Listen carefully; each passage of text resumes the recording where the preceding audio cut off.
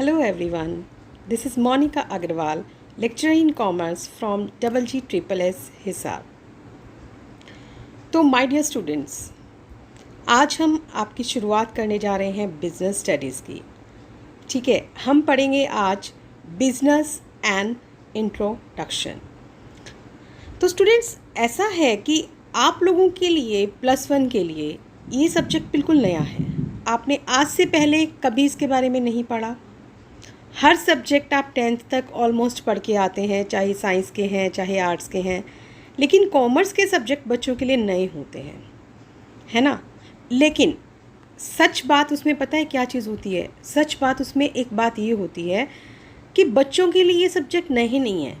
उन्होंने पढ़े नहीं हैं, वो बात ठीक है, लेकिन अपनी प्रैक्टिकल लाइफ में उन्होंने इसको असलियत में देखा है, समझा है और वो उसको यूज़ करते हैं. बस फ़र्क क्या है कि उन्हें बिज़नेस की टर्मिनोलॉजी नहीं पता है. तो अब हमने वो साथ साथ वो टर्मिनोलॉजी ही सीखनी है. तो आप देखना कि हम जब इसको करेंगे ना तो आपको पता चलेगा कि ये सब कुछ तो आपको बहुत अच्छे से पहले से ही आता था. बिल्कुल भी कुछ भी नया नहीं है, और बल्कि और मज़ा भी आ रहा है इसको करने में. क्यों? क्योंकि अभी जैसा मैंने आपको बताया कि ये आपकी वास्तविक ज़िंदगी से बिल्कुल जुड़ा हुआ है. जैसा हम पढ़ते हैं वैसा ही हमारी लाइफ में होता है ना. तो इसलिए इसको पढ़ने में बहुत मज़ा आता है.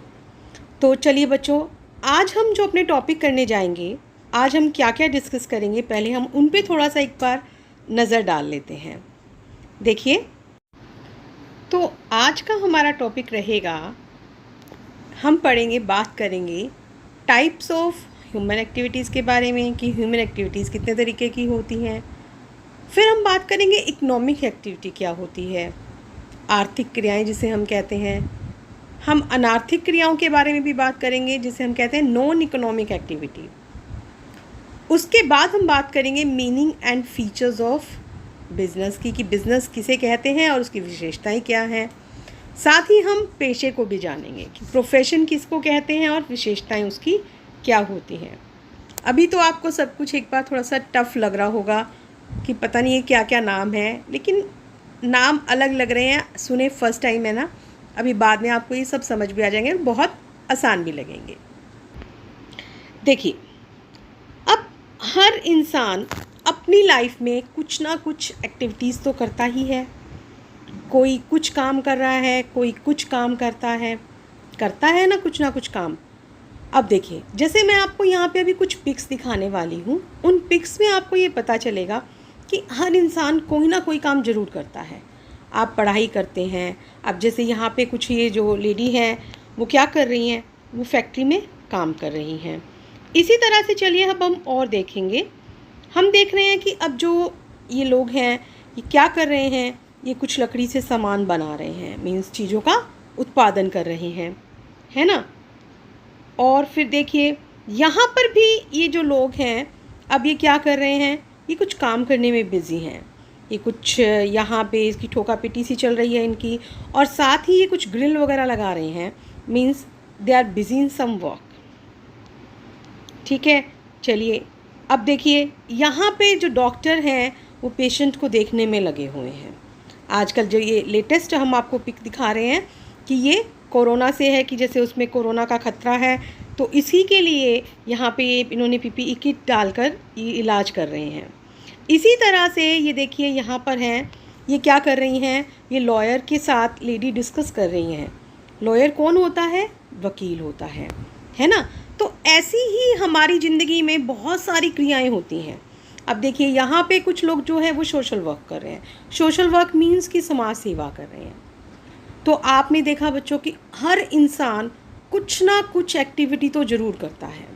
आपके घर में मम्मी आपका खाना बना रही हैं, पापा बाज़ार में कोई काम कर रहे हैं या शॉप पे बैठ रहे हैं, है ना. आप लोग स्टडी कर रहे हो, बच्चे मान लो छोटे बच्चे हैं वो खेल रहे हैं. तो मीन्स कि हर कोई जो व्यक्ति है वो किसी ना किसी काम में तो लगा ही हुआ है. तो जो इंसान, हर इंसान कोई ना कोई काम में लगा हुआ है, उस चीज़ को हम बच्चों क्या कहते हैं? उस चीज़ को हम कहते हैं ह्यूमन एक्टिविटीज़. क्या बोलते हैं हम उसको? ह्यूमन एक्टिविटीज़, मानवीय क्रियाएं हम इसको बोलते हैं. ठीक है, अब जो जो मानवीय क्रियाएं होती हैं वो हमारी दो तरीके की होती हैं। कौन कौन सी? इनको दो भागों में बांटा जाता है। एक होती है हमारी इकोनॉमिक और दूसरी होती है हमारी नॉन इकोनॉमिक एक्टिविटीज़। अब ये इकोनॉमिक एक्टिविटीज़ और नॉन इकोनॉमिक एक्टिविटीज़ हमने तो कभी सुना ही नहीं इनके बारे में, है ना? लेकिन नहीं, आपने सुना हुआ है इनके बारे में, थोड़ा सा मतलब नहीं पता।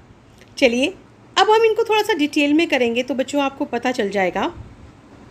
देखिए, इकोनॉमिक एक्टिविटी हमारी कौन सी एक्टिविटीज़ हैं? इकोनॉमिक एक्टिविटी ऐसी एक्टिविटी है जो उद्देश्य है वो क्या होता है? पैसा कमाना, है ना? तो इसलिए हम इनको क्या कहते हैं? That activity which is undertaken with the objective of earning money. जो पैसा कमाने के लिए की जाती हैं हम उन्हें क्या कहते हैं? Economic activity. इकोनॉमिक एक्टिविटी को आप हिंदी में भी कह सकते हैं, क्या कहते हैं आप इनको? आर्थिक क्रियाएं।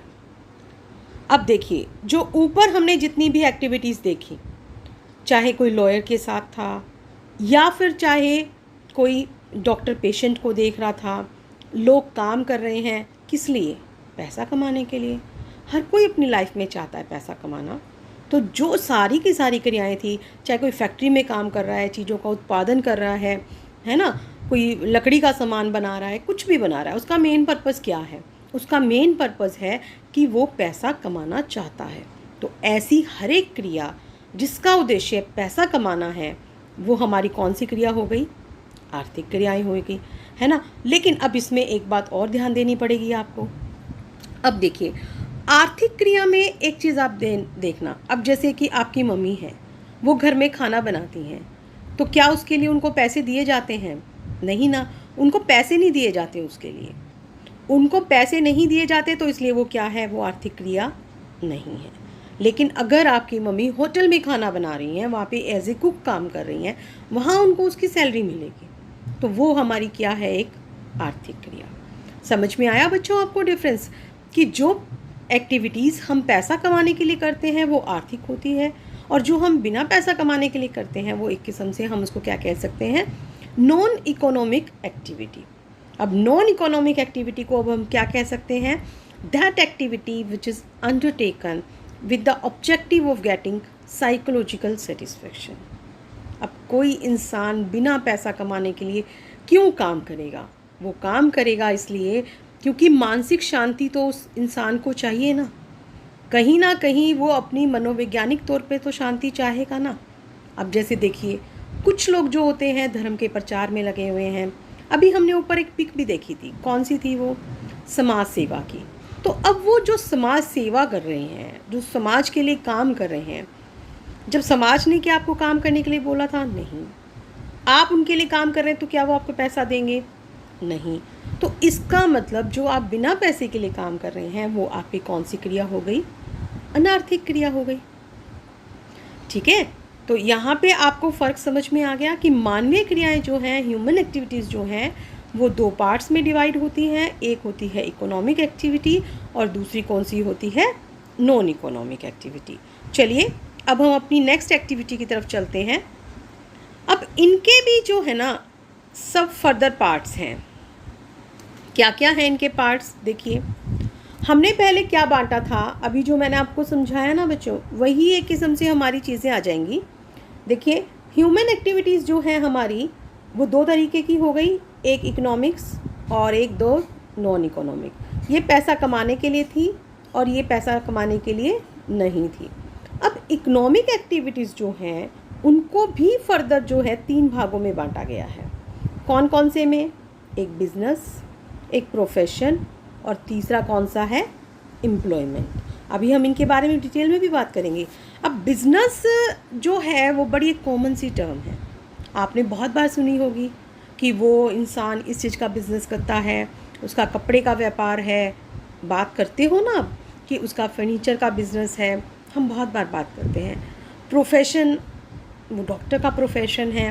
लेकिन देखिए, जानते हैं आप इनको, लेकिन आपको एक्चुअली इनकी डेफिनेशन या किस बेस पे हम इनको कैटेगराइज करते हैं वो थोड़ा सा आपको इसमें नहीं पता, जिसके बारे में हम अभी बात करने जा रहे हैं। ठीक है, तो ये इकोनॉमिक एक्टिविटीज़ को कितने भागों में बांट दिया? 3 भागों में, बिजनेस, प्रोफेशन और फिर तीसरा कौन सा है? एम्प्लॉयमेंट। अब चौथी जो आ गई नॉन इकोनॉमिक एक्टिविटी, जो अनार्थिक क्रियाएं हैं। अनार्थिक क्रियाओं में जैसा मैंने अभी आपको बताया कौन कौन सी आ गई? रिलीजियस प्रीचिंग, धर्म का प्रचार करना। कुछ लोग अपने धर्म का प्रचार करते हैं ना, तो वो इस तरीके से। साथ ही दूसरा इसमें कौन सा हो गया? सर्विंग द कंट्री, देश की सेवा करना भी समाज की तो सेवा करना है। देश किससे बना हुआ है? देश हमारा बना हुआ है समाज से, है ना। समाज ही तो है, और समाज किससे बना है? हम लोगों से। तो जब जो चीज़ हम लोगों से बनी हुई है, हमने आपस में एक दूसरे की सेवा करनी है। और सेवा आप कैसे करते हैं? जैसे कि किसी को ज़रूरतमंद को आप उसकी ज़रूरत का सामान दें। जैसे आपने हॉस्पिटल्स खुलवा दिए हैं, है ना। हर एक के पास तो इतने पैसे नहीं होते हैं कि वो प्राइवेट हॉस्पिटल्स में जाए, प्राइवेट के सारे खर्चे उठाए। तो सरकारी मतलब जो है आप फ्री की सेवा के लिए एक चैरिटेबल ट्रस्ट के तौर पे लाइब्रेरीज़ खुलवा दें, स्कूल्स खुलवा दें। तो ये सारी की सारी हमारी क्या चीज़ें हैं? ये देश की सेवा करने में ही आती हैं। ठीक है, तो अब जो हमारा उसके बाद नेक्स्ट रहेगा, अब चलिए हम इनमें से एक एक पॉइंट को अच्छे से डिस्कस करेंगे कि हमारा एक एक चीज़ है क्या चीज़। ठीक है, चलिए सबसे पहले हम बात करते हैं बिजनेस की। अब बिजनेस क्या चीज़ है हमारी? बिजनेस देखिए, जैसा अभी मैंने बताया था कि बिजनेस में हम क्या करते हैं? सेल परचेज करते हैं, है ना। तो यहाँ पे एक एल.एच. हैने हैं, उन्होंने भी इसकी एक बहुत अच्छी डेफिनेशन दी है। वो क्या बताते हैं? वो कहते हैं बिजनेस में बी डिफाइंड। उन्होंने बिजनेस को कैसे डिफाइन किया है? बिजनेस में be defined as a human activity. मानवीय क्रिया तो है क्योंकि इंसान इसको कर रहा है। अब करेगा क्या उसमें? डायरेक्टेड टुवर्ड्स प्रोड्यूसिंग और एक्वायरिंग। अब यहाँ पे उन्होंने उत्पादन करना है या प्राप्त करना है, जैसा भी है, धन कमाना है। किस चीज़ के थ्रू? बाइंग और सेलिंग गुड्स। अब आपने यहाँ पे क्या चीज़ करनी है? वस्तुओं को खरीदना है, बेचना है।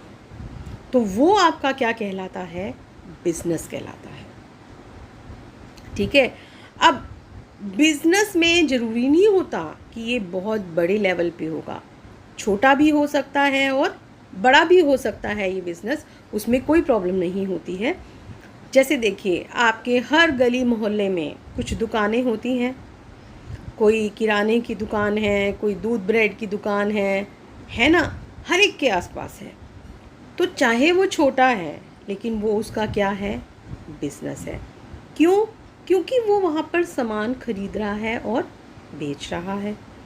अब लेकिन एक चीज़ आपको यहाँ पे ध्यान रखनी है कि इसमें एक कंटिन्यूटी जो होती है ना, वो बहुत मैटर करती है।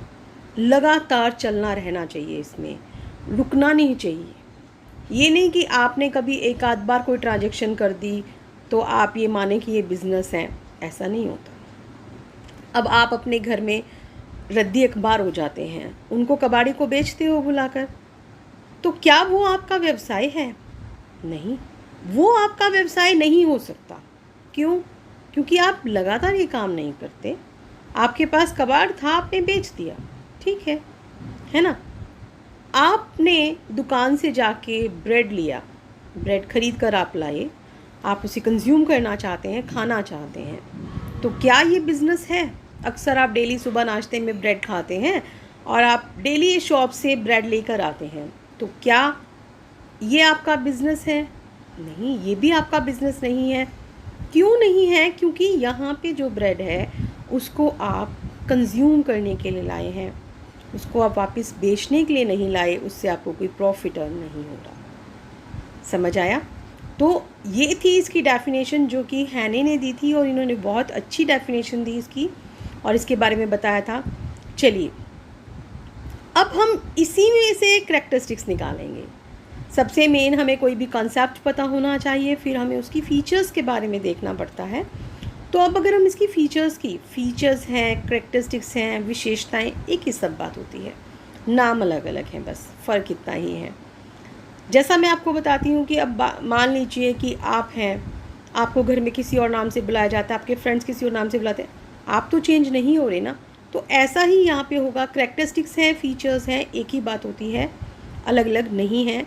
तो चलिए अब हम चलते हैं इनकी फ़ीचर्स की तरफ। फीचर्स भी बोल सकते हैं और हम इसको इनकी करैक्टरिस्टिक्स भी कह सकते हैं। अब सबसे पहले इसकी जो करैक्टरिस्टिक है वो कौन सी है? पहली करैक्टरिस्टिक्स है हमारी एन इकोनॉमिक एक्टिविटी। क्या हम इसको, बिजनेस को, एक आर्थिक क्रिया कह सकते हैं? बिल्कुल कह सकते हैं हम आर्थिक क्रिया। आर्थिक क्रिया हमारी क्या थी? जो लाभ कमाने के लिए की जाती है, जो पैसा कमाने के लिए की जाती है ना। तो जब आप वस्तुओं को सेल या परचेज करते हैं तो आपका मेन मोटिव क्या होता है? आपका मेन मोटिव यही तो होता है, लाभ कमाना। आप चाहते हैं कि आपको ज़्यादा से ज़्यादा लाभ कमाया जाए। हर बिज़नेस चाहता है ये चीज़। फ्री फंड में तो कोई भी काम नहीं करना चाहता। तो हम इसको इसलिए क्या कह सकते हैं कि जो बिज़नेस है हमारा, वो एक हमारी क्या है? इकोनॉमिक एक्टिविटी है। ठीक है, चलिए दूसरी चीज़ हमारी आती है exchange of goods and services. अब यहाँ पे दूसरी चीज़ क्या इम्पोर्टेंट हो गई? जैसा अभी मैंने आपको डेफिनेशन में बताया था कि आपको खरीदना है माल, बेचना है, उत्पादन करना है या फिर उसको बेचना है, मतलब उत्पादन भी करना है या बेचना है, या फिर आप माल खरीदते हैं और उसे बेचते हैं, वो हमारा क्या कहलाता था? बिजनेस कहलाता है। उनका आपस में लेन देन होना ज़रूरी है, जिसके लिए अभी मैंने आपको एक एग्जाम्पल भी दिया था कि अगर आप डेली ब्रेड या दूध बाज़ार से ख़रीद कर खाते हैं तो वो आपका बिज़नेस नहीं है। हाँ, जो आपको ब्रेड बेच रहा है ना, उसका बिज़नेस है, क्योंकि वो डेली ये काम करता है। किस लिए करता है? क्योंकि वो प्रॉफिट अर्न करना चाहता है। ठीक है, अब इसलिए यहाँ पे क्या चीज़ ज़रूरी है कि सेल भी होना चाहिए और परचेज़ भी होना चाहिए, एक्सचेंज होना चाहिए। चीज़ें जो हैं, एक्सचेंज का मीन्स कि एक पर्सन से दूसरे पर्सन को हमने दी है, ये चीज़ होनी चाहिए। मान लीजिए कि फॉर एग्ज़ाम्पल ए एक शॉपकीपर है ना। अब इसके पास बहुत सारे कस्टमर्स आ सकते हैं। बी आया, इससे बी ने इससे क्या मांगा? कपड़े का काम करता है, तो बी इससे कपड़ा लेकर जा रहा है। सी भी आ रहा है, सी भी इससे कपड़ा लेकर जा रहा है। तो ये हमारा जो एक शॉपकीपर है, इसका क्या है? इसका बिजनेस है। लेकिन यहाँ पे एक टर्म और निकल के आती है। क्या चीज़? ये आ रही है हमारी सर्विसेज। अब ये सर्विसेज क्या होती हैं? गुड्स तो हमें पता चल गया, जो भी हमारा बिजनेस होता है उसके लिए माल का वर्ड हम वही यूज़ करते हैं, वो हमारे क्या हो गई? गुड्स हो गई। अब सर्विसेज क्या चीज़ है? सर्विसेज बच्चों देखिए क्या चीज़ होती हैं? सेवाएं, जिसको हम हिंदी में क्या कहते हैं? सेवाएं। अब आप बैंक में से पैसा निकालते हैं या बैंक में अपना पैसा डिपॉजिट करते हैं। कभी आपको अगर बैंक ड्राफ्ट बनवाना होता है तो आपके पैसे होते हैं, बैंक आपको बैंक ड्राफ्ट बना देता है ना। तो बैंक ने ये आपको क्या दी? सेवा। कि ऐसी कोई चीज़ जिसका आपको बेनिफिट तो मिला लेकिन जो आपको दिखाई नहीं दे रही है। आप बीमार हो गए, आप डॉक्टर के पास जा रहे हैं, डॉक्टर आपको दवाई दे रहा है, ठीक है। अब डॉक्टर ने आपको दवाई दी, उस दवाई को खाकर आप ठीक हो गए, तो ये डॉक्टर की क्या है? क्या आपने उससे कोई माल खरीदा था? नहीं। लेकिन नहीं, डॉक्टर ने आपको सर्विस दी है ना। उन्होंने आपको चेकअप किया, आपको मेडिसिन लिख के दी, आपने वो मेडिसिन खाई। तो जो डॉक्टर ने आपको चेकअप किया और आपको मेडिसिन लिख के दी, दैट इज़ सर्विस। आप लॉयर के पास जा रहे हैं, वकील के पास जा रहे हैं, अपना कोई केस आपने सॉर्ट आउट कराना है, तो अगर वो आपको उसके बदले वो फ़ीस तो चार्ज करेगा ना। जैसे डॉक्टर को आपने बदले में फ़ीस दी थी तो वो भी चार्ज करेगा। तो वो हमारी क्या चीज़ें हैं? सर्विसेज होती हैं। ठीक है, 2 हो गई क्लियर। अब देखिए थर्ड हमारी क्या चीज़ आ जाती है? रेगुलरिटी इन डीलिंग्स। अब ये नहीं है कि कभी एक आध बार आपने कोई काम कर दिया, कोई एक बार आपने सामान खरीद लिया और बेच लिया। जैसा अभी मैंने एक एग्ज़ाम्पल दिया था, कौन सा? अभी आपके घर में मैंने कबाड़ी का एग्ज़ाम्पल दिया था कि आपके घर में रद्दी न्यूज़पेपर इकट्ठे हो गए पुराने और आप ओल्ड न्यूज़पेपर्स को सेल कर रहे हो, तो वो आपकी क्या थी? क्या वो आपका बिज़नेस है? नहीं, वो आपका बिज़नेस नहीं है। वो क्योंकि वहाँ पर रेगुलरिटी नहीं है। रेगुलरिटी मस्ट है। कभी आप एक आध बार कोई काम करते हैं, उसको छोड़ देते हैं, तो वो रेगुलरिटी नहीं मानी जाती। लगातार आपको काम करना है, 50, 60, 100, 200 जितनी भी आपकी ट्रांजेक्शन्स हैं, मतलब आपको लगातार वो काम करना होता है, तभी हम करते हैं। अब देखिए, मार्केट में जो शॉप्स खुली होती हैं, कपड़े वाला क्या आपको एक आधे को सामान बेचकर और दुकान बंद कर देता है? नहीं ना, वो रोज़ अपनी दुकान खोलता है, रोज़ कस्टमर्स को सामान देता है। तो वहाँ पे उसकी क्या चीज़ है? रेगुलरिटी है। डॉक्टर है, क्या वो एक पेशेंट को देख के बंद कर देता है? कभी कभी देखता है? नहीं, वो भी, उसका भी लगातार काम है ना। तो ये सारी चीज़ें होती हैं। तो यहाँ पे क्या मस्ट है? हमारी रेगुलरिटी मस्ट है। फिर नेक्स्ट मोटिव हमारा आता है प्रॉफिट मोटिव। अब यहाँ पे मेन आप काम किस लिए कर रहे हैं? समाज सेवा तो आप नहीं कर रहे हैं, तो आपका उद्देश्य यहाँ पे क्या है?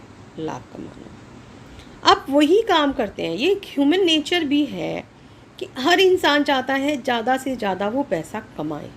तो यहाँ पर भी वो यही चीज़ चाह रहा है कि वो ज़्यादा से ज़्यादा पैसा कमाए, ज़्यादा से ज़्यादा लाभ मिले उसको। अब आप अगर कोई एक बुक परचेज़ करके लाते हैं, 400 रुपये की आपकी बुक है, आपका फ्रेंड उसे मांगता है, तो क्या, और आप उसको जब लेकर आए तो 20-30 रुपये आपका जो था वो ऑटो का किराया भी लग गया। बुक आपको पड़ गई 430 की। अब आपका जो फ्रेंड है वो आपसे 400 रुपये में बुक अगर मांग रहा है, तो क्या आप उसे दे दोगे? नहीं दोगे ना आप उसको। आप बोलोगे कि भाई 400 रुपये तो मेरे लगे थे, है ना, 400 रुपये वो और 20 रुपये भाड़ा, कितने हो गए? 420 रुपये। तो तुम मुझे कम से कम 420 दो। वैसे भी मैं गया तो उसके ऊपर भी आप चाहोगे कि भाई 5-10 रुपये का और फ़ायदा हो जाए, नहीं तो कम से कम आप 420 तो उससे लोगे ही लोगे। तो हर इंसान चाहता है कि वो प्रॉफिट अर्न करे। तो वो, उसका उद्देश्य क्या है? यहाँ पे बिज़नेस का भी एक मेन उद्देश्य यही है कि वो लाभ कमाना चाहता है। अगला फिर हमारा क्या आ जाता है? Element of risk. देखिए, जहाँ आप ज़्यादा लाभ कमाना चाहते हैं ना, वहाँ पे जोखिम भी बहुत ज़्यादा होता है, रिस्क भी उतना ही ज़्यादा होगा उसमें। अगर आप ये सोचो कि जो बिज़नेस है वो एक बड़ा आसान है, पैसा कमाना बहुत आसान है, ऐसा नहीं होता। हर रास्ते में मुश्किलें बहुत होती हैं। हम जो काम करते हैं हमें वो मुश्किलों से भरा ही लगता है। तो ज़िंदगी में जब हम रिस्क उठाते हैं तो हमें लाभ भी उतना ही होता है। अब आपने पैसा लगा लिया, अब आपने तो देख लिया कि भाई चलो, आपने कहा कि मार्केट में फ़र्नीचर की बहुत डिमांड है, तो हम भी फ़र्नीचर का ही काम कर लेते हैं, है ना। अब आपने क्या किया कि 2 लाख रुपए लगा के आपने अपना बिज़नेस स्टार्ट कर लिया। अब आपने 2 लाख रुपए आपके पास थे भी नहीं, लेकिन आपने कहाँ से किसी से मांग कर आपने पैसे ले लिए। अब जब आपने वो पैसे लिए तो अब आपको उनको लौटाना भी है। अब आपने यहाँ पे क्या रिस्क उठाया? अभी बिज़नेस चले ना चले, लोग आपसे माल लें ना लें, कोई ज़रूरी नहीं है ना, कोई ज़रूरी। तो यहाँ पे फिर उसके लिए क्या करना होगा? उसको यहाँ पे रिस्क उठाना पड़ा उसे। अब उसने जोखिम उठाया तो दोनों ही पॉसिबिलिटीज़ हैं। हो सकता है कि उसका काम चल भी जाए और हो सकता है कि उसका काम ना भी चले। अगर उसका काम चल जाता है तो उसको फ़ायदा हो गया, लाभ ज़्यादा हो जाएगा। अब अगर बाई चांस, एक एस्पेक्ट हमें ये भी रखना पड़ेगा ना कि लॉस भी हो सकता है उसको, तो यहाँ पे उसको नुकसान भी हो सकता है। तो हमारे को यहाँ पे रिस्क भी बहुत ज़्यादा है। और ज़्यादातर हम ये कहते हैं कि जितना ज़्यादा अगर आप प्रॉफिट अर्न करना चाहते हैं ना, तो आपको रिस्क भी उतना ही ज़्यादा यहाँ पे उठाना पड़ता है। तो ये भी हमें ध्यान रखना पड़ता है इसमें। अगला फिर कौन सा आता है इसमें? क्रिएशन ऑफ यूटिलिटी, कि यहाँ पे कुछ ना कुछ उपयोगिता का सृजन होता है। अब ये उपयोगिता, यूटिलिटी कैसे बनती है? देखिए, कोई माल रॉ मटेरियल है, अब रॉ मटेरियल से तैयार माल बन रहा है, तो इसका मतलब वो क्या है? रूप उपयोगिता हो गई, कन्वर्ट हो गया ना। आपको सही टाइम पे कोई चीज़ अवेलेबल हो जाती है, दैट इज़ टाइम यूटिलिटी। आपकी जगह से आपका सामान बहुत दूर है, आपके पास आ रहा है वो, तो वो आपकी वहाँ पे भी टाइम यूटिलिटी हो गई, है ना। तो ये चीज़ें बहुत, इसमें हमारा क्या होता है? क्रिएशन ऑफ यूटिलिटी भी होता है। And the last point of features of business is consumer satisfaction. देखिए, कंज्यूमर जो हमारा कस्टमर है, कस्टमर कंज्यूमर एक ही बात है, कस्टमर की सेटिस्फेक्शन बहुत ज़रूरी है। हम कहते हैं ना कि अक्सर पहले कहा जाता था कि ग्राहक जो होता है वो देवता है। क्यों भाई, सारा सामान तो उसी ने ख़रीदना है। जब वो सामान ख़रीदेगा तभी तो आपका बिज़नेस चला ना। अगर वो सामान ही नहीं ख़रीदेगा तो आपका बिज़नेस चलेगा ही नहीं। तो इसलिए, और अच्छा, अब आपने क्या किया, आपने तो अपने हिसाब से सामान बना दिया, लेकिन अगर वो कस्टमर को पसंद ही नहीं आया तो क्या होगा, आपका सामान वेस्ट, आपको नुकसान हो जाएगा, है ना। और फिर मार्केट में जो दूसरी फर्में हैं वो आगे निकल जाएंगी, फिर आप पैसा कहाँ से अर्न करोगे, आप नहीं कमा पाओगे पैसा। तो हमें यहाँ पे क्या ध्यान देना होगा कि कंज्यूमर की जो सेटिस्फेक्शन है, कस्टमर हमारा सेटिस्फाई होना चाहिए। कस्टमर को उसके टेस्ट के अकॉर्डिंग, उसकी जो प्रेफरेंस है उसके अकॉर्डिंग, जिस रेट का वो चाहता है। अक्सर हम कह देते हैं कि जो रूरल एरियाज़ हैं, अर्बन एरियाज़ हैं, उनमें फ़र्क होता है, चॉइस का फ़र्क होता है, रहन सहन का फ़र्क होता है। हर पर्सन का कल्चर अलग है ना, अलग। हम छोटे शहरों में हैं तो हमारा कल्चर फ़र्क है, हमारे पहनने का तरीका, उड़ने का तरीका फ़र्क है। लेकिन जो बड़े शहरों में लोग रहते हैं उनका अलग होता है। तो वहाँ पे जहाँ है, वो कहते हैं ना कि जैसा देश वैसा भेस, उसी के अकॉर्डिंग वो किस लिए कहा जाता है, क्योंकि हमें वहाँ कंज्यूमर को भी तो सेटिस्फाइड करना है ना। अब जब हम उसको कंज्यूमर को समझेंगे कि उसकी चॉइसेस क्या हैं, वो क्या डिमांड कर रहा है, तभी तो हम उसे सामान दे पाएंगे। और जब हम उसको सामान दे पाएंगे तभी तो हमारा फ़ायदा होगा, तभी तो हम अपना क्या अर्न कर पाएंगे, प्रॉफिट अर्न कर पाएंगे। तो स्टूडेंट्स, क्लियर हुआ आपको? आई होप आपको पता चल गया होगा कि बिज़नेस क्या होता है और उसमें उसकी फ़ीचर्स क्या होती हैं। तो देखा आपने, जैसा आप अपने आसपास देख रहे थे वही सब का सब हमारा यहाँ पे क्या था, बिज़नेस था। नाम थोड़ा सा एक आध चीज़ का हो सकता है कि फ़र्क हो गया होगा, इससे ज़्यादा कुछ नहीं है। तो चलिए, अब हमारा जो नेक्स्ट टॉपिक आता है एक्टिविटीज़ में। अब हमने कौन कौन सी चीज़ें करी थी? शुरू में हमने किया था ना कि जो लोग उत्पादन के काम में लगे हुए हैं, कुछ काम बना रहे हैं, है ना, कुछ ख़रीद बेच कर रहे हैं, तो वो सारी की सारी हमारे क्या था, बिज़नेस हम उनको कह सकते हैं। तो चलिए स्टूडेंट्स, अब नेक्स्ट जो हमारा आता है वो आता है डेफिनेशन ऑफ प्रोफेशन। अब हम बात करेंगे प्रोफेशन की। मैंने आपको शुरू में बताया था ना कि इकोनॉमिक एक्टिविटी हमारी कितने तरीके की थी, 3 तरीके की थी। पहले कौन सी थी, बिजनेस, जिसको हमने अभी पढ़ा। दूसरी हमारी आती है प्रोफेशन। अब प्रोफेशन क्या चीज़ है? प्रोफेशन की पहले मैं आपको इसका एक किस्म से मीनिंग कह लीजिए, डेफिनेशन कह लीजिए, ये मैं आपको बताऊंगी और इसको फिर हम डिस्कस करते हैं, फिर आपको अच्छे से समझ में आएगा। देखिए, प्रोफेशन को क्या बताते हैं, ये कहते हैं it refers to that economic activity. Economic activity आ गया कि ये भी हमारी क्या है, एक आर्थिक क्रिया है, which is conducted by a person having some special knowledge.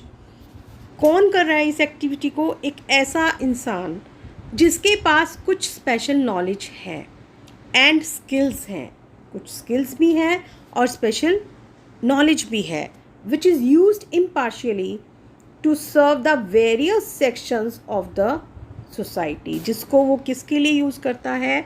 जो हमारा समाज है, जो हमारी सोसाइटी है, उसके विभिन्न वर्गों को वो सेवा प्रदान करता है। तो प्रोफेशन है क्या चीज़? अब देखिए, यहाँ पे इसके साथ मैं आपको बताना चाहूँगी कि क्या चीज़ है। जैसे डॉक्टर है, क्या हर कोई डॉक्टर बन सकता है? नहीं, हर कोई डॉक्टर नहीं बनता। डॉक्टर के लिए उसको पहले उसकी पढ़ाई करनी पड़ती है, पूरी ट्रेनिंग लेनी पड़ती है, तब कहीं जाकर वो एक इंसान डॉक्टर बनता है। तो मीन्स उसमें क्या हुआ, उसके लिए सम स्पेशल नॉलेज हो गई ना, स्पेशल नॉलेज भी हो गई, उसने ट्रेनिंग वगैरह ली हुई है, अब उसमें एबिलिटीज़ हो गई हैं कि वो पेशेंट को चेकआउट कर सकता है। तो वहाँ पे उसके पास क्या हो गए, अब स्किल्स भी हो गए हैं, ठीक है। और अब वो उन पेशेंट जो उसके पास पेशेंट आएंगे, क्या वो ये देखता है कि वो गरीब के हैं या अमीर के हैं? नहीं, उसके पास जो पेशेंट आते हैं वो उनको देखता है। तो इसलिए वो जो सोसाइटी के विभिन्न वर्ग हैं, चाहे कोई लोअर का है, कोई टॉप का है, मिडल का है, वो सभी की सेवा करते हैं। तो ऐसे ही जैसे डॉक्टर हो गया, वकील हो गया, वकील देखता है, वकील भी हर कोई नहीं ना, हर कोई केस नहीं लड़ सकता अपना, आपको उसके लिए स्पेसिफिक पढ़ाई करनी पड़ती है, फिर आप बनते हैं।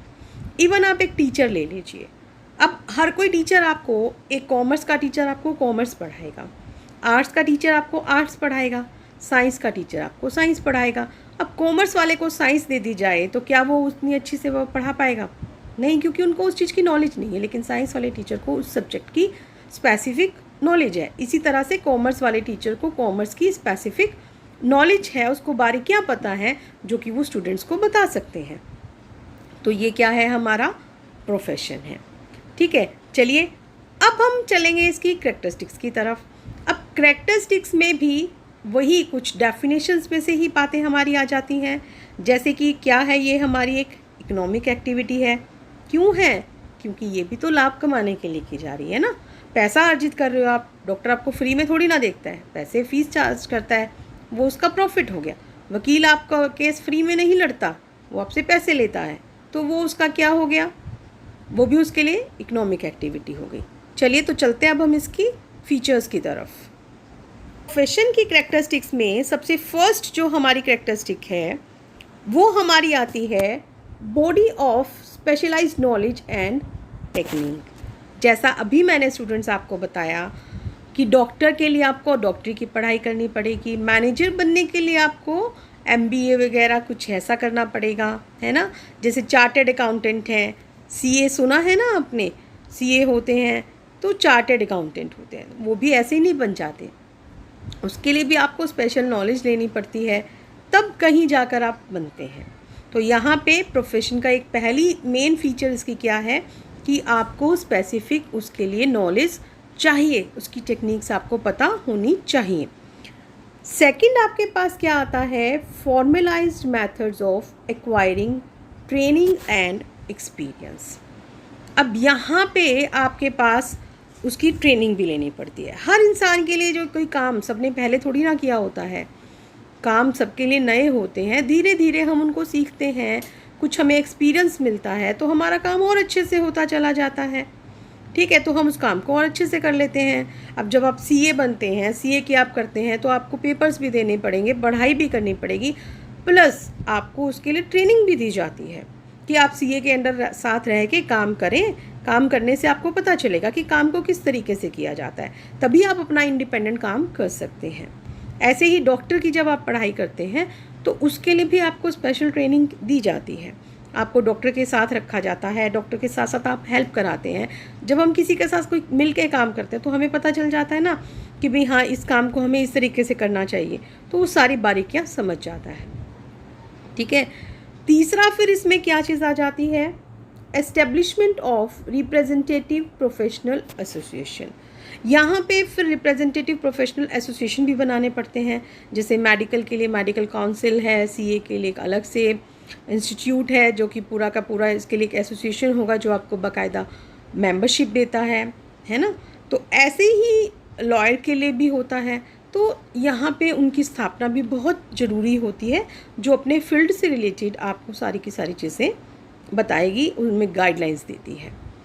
And the most important characteristics of profession is code of conduct. Code of conduct बहुत ज़रूरी है। आचरण संहिता क्या चीज़ होती है? ये आचरण संहिता, आचरण संहिता होती है बच्चों कि जब भी आप कोई काम करते हो उसे पूरी ईमानदारी, सत्यनिष्ठा से, सेवा भावना से आपको करना चाहिए। हालांकि ठीक है, आप उसके बदले में फ़ीस ले रहे हैं, पैसा कमा रहे हैं, लेकिन अनाप शनाप नहीं, जो जायज़ है उतना ही करना चाहिए। अब जैसे कई बार हम कहते हैं ना कि भाई हम उस डॉक्टर के पास जा रहे हैं या हम उसके पास नहीं जा सकते क्योंकि वो तो फ़ीस बहुत चार्ज करते हैं, होता है ना, कई बार हम सुनते हैं ऐसा, सब नहीं करते। तो वहाँ पे हम कहते हैं नहीं, ऐसा नहीं होना चाहिए, जो जितने भी हैं सभी को एक इतनी लेनी चाहिए कि कोई भी चाहे गरीब हो चाहे अमीर हो वो दे सके।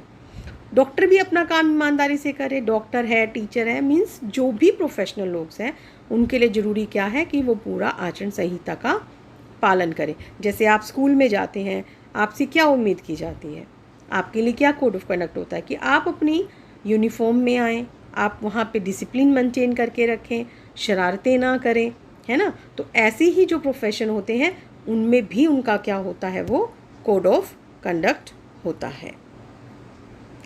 एंड द लास्ट हमारा क्या आता है, लास्ट हमारा आता है priority of service over economic consideration. उनका पहला काम क्या होना चाहिए, जैसा अभी मैंने बताया, सेवा भावना। सेवा भावना उनका सबसे पहला काम होना चाहिए। ठीक है, पैसा तो दिया ही जाएगा, लेकिन पैसे का इतना वो नहीं करना चाहिए कि उसके लिए आप अपना छोड़ ही दें, आप अपना दीन ईमान खो दें, तो ऐसा नहीं होना चाहिए। वो उनको ध्यान में रखना चाहिए। जब भी कोई ऐसा कोई प्रोफेशन चूज़ करता है तो बाकायदा उससे शपथ दिलवाई जाती है कि भाई हम फ्यूचर में जो है भाई ठीक है, समाज की सेवा के लिए भी हम ये काम करेंगे। तो बच्चों, ये क्या था हमारा प्रोफेशन। तो आज आपको मेरे ख्याल से सब कुछ समझ में आ गया होगा कि बिज़नेस क्या है, प्रोफेशन क्या है। तो आज के लिए इतना ही, दैट्स ऑल।